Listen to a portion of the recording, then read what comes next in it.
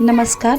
या व्हिडिओमध्ये मी औषधांच्या बॉक्सचा वापर करून आपण आपल्या मुलांच्या शाळेची कोलाज ॲक्टिव्हिटी छान प्रकारे तयार करू शकतो हे इथे दाखवत आहे. हे अशा प्रकारे मी बॉक्सला लहान लहान पीसमध्ये कट केले आहे आणि त्याचसोबत पेन्सिल शेविंग्सचा सुद्धा वापर करते व माझ्या मुलाची कोलाज ॲक्टिव्हिटी तयार करते. तुम्ही पाहू शकता इथे मी एक पक्षी ह्या कोलाज बनवला आहे आणि इथे ह्या फोटो फ्रेममध्ये हा कोलाज माझा तयार झाला आहे.